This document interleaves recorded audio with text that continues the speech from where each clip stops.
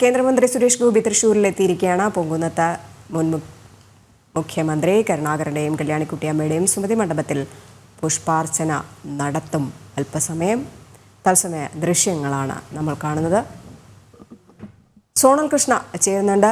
Zonal, കേന്ദ്രമന്ത്രി ആയതിനു ശേഷം കഴിഞ്ഞ ദിവസം സുരേഷ് ഗോപി തൃശൂരിൽ ശക്തന തട്ടകത്തിലെത്തിയപ്പോൾ ആവേശോജ്വലമായ സ്വീകരണമാണ് നൽകിയത്. ഇപ്പോൾ സ്മൃതി മണ്ഡപത്തിൽ പുഷ്പാർച്ചന നടത്താൻ പോവുകയാണ്.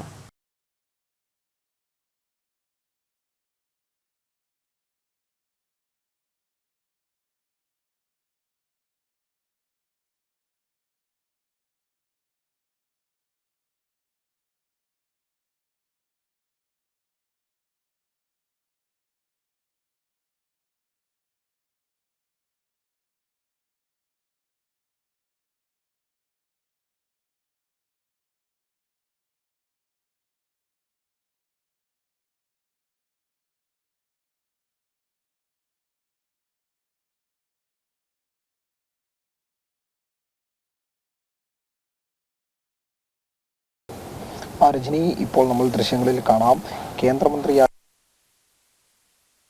മുൻ മുഖ്യമന്ത്രി കരുണാകരന്റെയും കല്യാണിക്കുട്ടിയമ്മയുടെയും സ്മൃതി മണ്ഡപത്തിൽ പുഷ്പാർച്ചന ചെയ്യുന്ന ദൃശ്യങ്ങളാണ് നമ്മൾ കണ്ടുകൊണ്ടിരിക്കുന്നത്. നമുക്കറിയാം, വലിയ ആവശ്യത്തിൽ തന്നെയാണ് പ്രവർത്തകരെല്ലാവരും തന്നെ. കഴിഞ്ഞ ദിവസം അദ്ദേഹം തൃശ്ശൂരിലെത്തിയ സമയത്തും വലിയ സ്വീകരണം അദ്ദേഹത്തിന് തൃശ്ശൂരിൽ നൽകി. ഇന്നലെ അദ്ദേഹത്തിൻ്റെ ഔദ്യോഗിക പരിപാടികളെല്ലാം തന്നെ മാറ്റിവെക്കുന്നൊരു കാഴ്ച നമ്മൾ കണ്ടിരുന്നു. കുവൈത്ത് ദുരന്തവുമായി ബന്ധപ്പെട്ട് എല്ലാ പരിപാടികളും, ഇന്നലെ നിശ്ചയിച്ചിരുന്ന എല്ലാ പരിപാടികളും മാറ്റിവെച്ചിരുന്നു. അത് ഇന്നും നാളെയുമായിട്ട് ആ പരിപാടികളൊക്കെ ഉണ്ടാകും എന്നുള്ളതാണ്. ഇതിനുശേഷം അദ്ദേഹം നേരെ പോകുന്നത് തൃശ്ശൂരിലെ ലൂർദ് പള്ളിയിലേക്കാണ്. അവിടെ അദ്ദേഹം സന്ദർശനം നടത്തും. അതിനുശേഷം പുതുക്കാട്, ഈച്ചി, തൃശ്ശൂർ മണ്ഡലങ്ങളിൽ അദ്ദേഹത്തിന് പരിപാടികളുണ്ട്.